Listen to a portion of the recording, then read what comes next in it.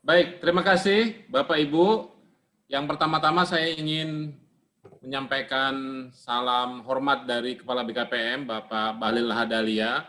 Mohon maaf beliau belum bisa bergabung pada webinar siang hari ini dan menitipkan salam hormat kepada semua, khususnya kepada Pak Menteri Sandiaga Uno dan Pak Mentan.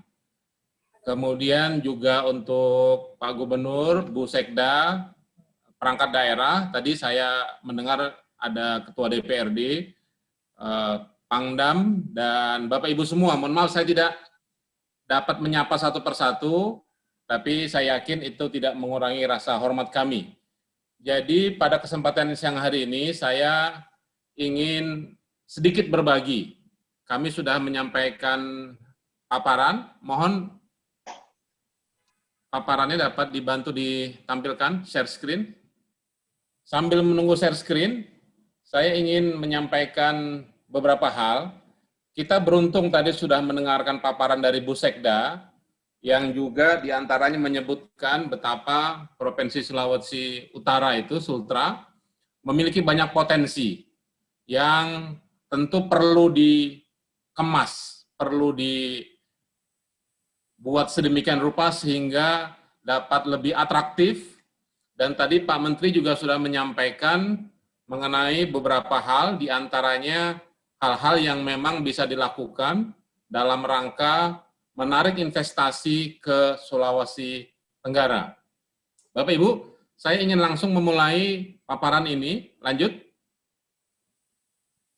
Jadi sebagaimana sering kita dengarkan, saya yakin Tribun News juga sering meliput berita mengenai pertumbuhan ekonomi global yang terkontraksi di banyak negara atau turun.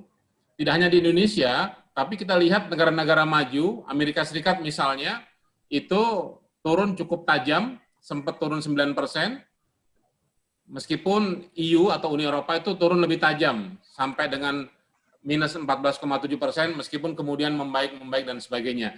Jadi, hanya ada beberapa negara di dunia ini yang pertumbuhan ekonominya relatif tetap positif dan terjaga di tengah pandemi, diantaranya adalah Tiongkok, ya, dan tetangga kita, yaitu Vietnam.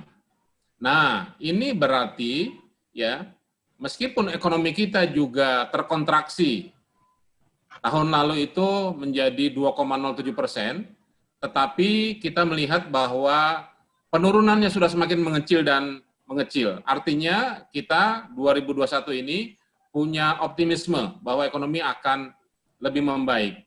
Sementara itu kalau kita lihat arus investasi global, ya, itu juga mengalami penurunan tajam, 42%. Jadi sekarang ini seluruh negara di dunia ini semakin berlomba-lomba persaingan untuk menarik investasi global ke negara masing-masing menjadi semakin ketat.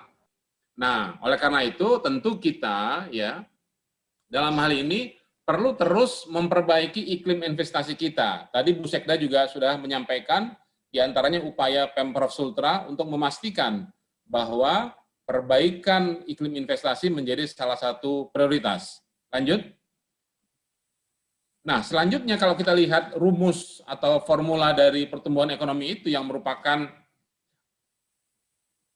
gabungan atau penambahan dari konsumsi ditambah investasi, ditambah dengan government expenditure atau belanja pemerintah, ditambah dengan ekspor, dikurangi dengan impor. Nah, kalau kita lihat bahwa investasi tetap menjadi salah satu motor utama penggerak pertumbuhan ekonomi. Khususnya di masa pandemi, di mana kita melihat banyak negara yang memang tadi itu mengalami kontraksi ekonominya.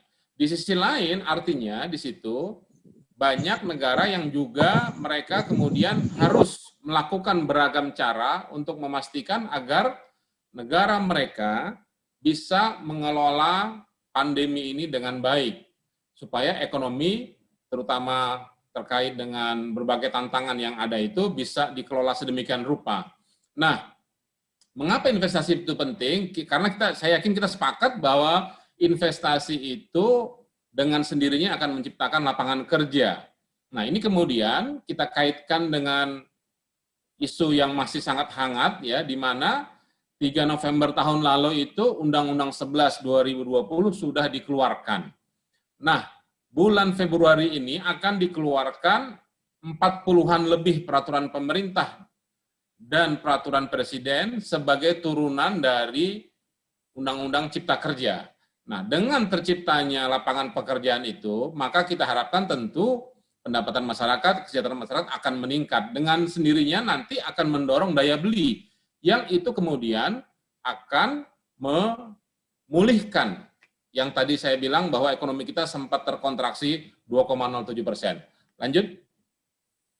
Nah, ini kurang lebih rumusnya ya secara umum ya, bahwa investasi itu ada di dalam kelompok atau komponen pembentukan modal tetap bruto atau PMTB. Nah, kita lihat angkanya memang dibandingkan tahun sebelumnya ya, tahun lalu itu turun sedikit menjadi 31,73%. Artinya kita harus berupaya melakukan beragam langkah ya, mengeluarkan kebijakan yang mendukung terciptanya iklim investasi yang kondusif agar bisa lebih meningkat angka PMTB-nya.